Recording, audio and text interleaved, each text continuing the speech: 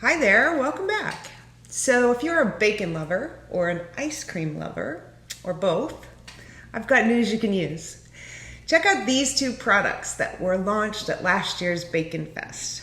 Locally made in Denton, Texas, Beth Marie's Hog Wild ice cream is made with chunks of bacon folded into vanilla ice cream with chocolate and maple swirl. Or maybe you prefer bourbon bacon praline. It's the culinary goodness of Chef Keith Schroeder in Atlanta. And who wouldn't want 2 scoops of candied bacon, sugar roasted Georgia pecans, and Kentucky bourbon? According to a 2016 Japanese study, this is great news. The study maintains that the best thing to eat in the morning for higher alertness and better information processing capabilities is ice cream. And what is better than ice cream for breakfast than bacon ice cream for breakfast? Before you get all excited, I should tell you that the researcher only compared brain activity in those who ate ice cream with those who ate nothing. So the only thing this study conclusively proves is that eating something in the morning is better than eating nothing. For years, though, we've known that breakfast is the most important meal of the day. My mom used to say it all the time. As a matter of fact, she always made us eggs on big test days because she said that eggs were brain food. The earliest research about the health benefits of breakfast dates back to the early 60s in Alameda County, California.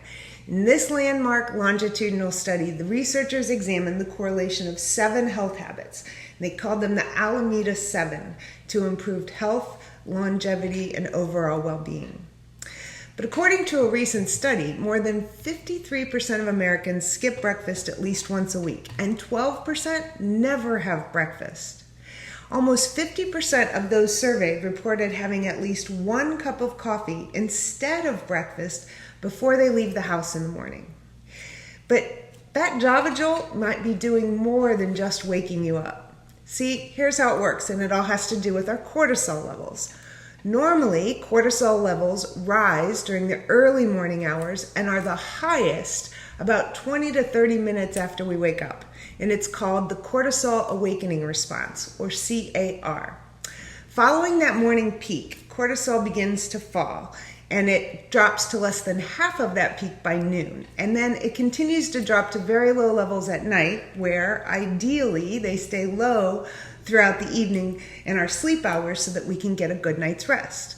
Because our normal cortisol production is highest in the early morning hours, and caffeine also stimulates cortisol production, that cup of joe might be doing more to stress you out than to wake you up. New research shows that what we eat in the morning may set the stage for what we eat the rest of the day, as well as how we feel the rest of the day. Starting your day with a protein-rich breakfast gives you a boost of dopamine. And remember, dopamine is involved in how we process pleasure and rewards, and that includes cravings for food. When we eat high-protein foods, the brain produces a burst of dopamine, which makes us feel rewarded. And studies show that when people start their day with an increase in dopamine, they're better able to keep their cortisol levels in check, they're less likely to have cravings throughout the day, and they're better able to make healthy food choices. So, my mom was right again. Eggs are brain food. The next time you need to bring your A game, do your brain a favor. Skip the coffee until mid-morning and make time for a protein-rich breakfast. You'll get a little more dopamine and a little less cortisol.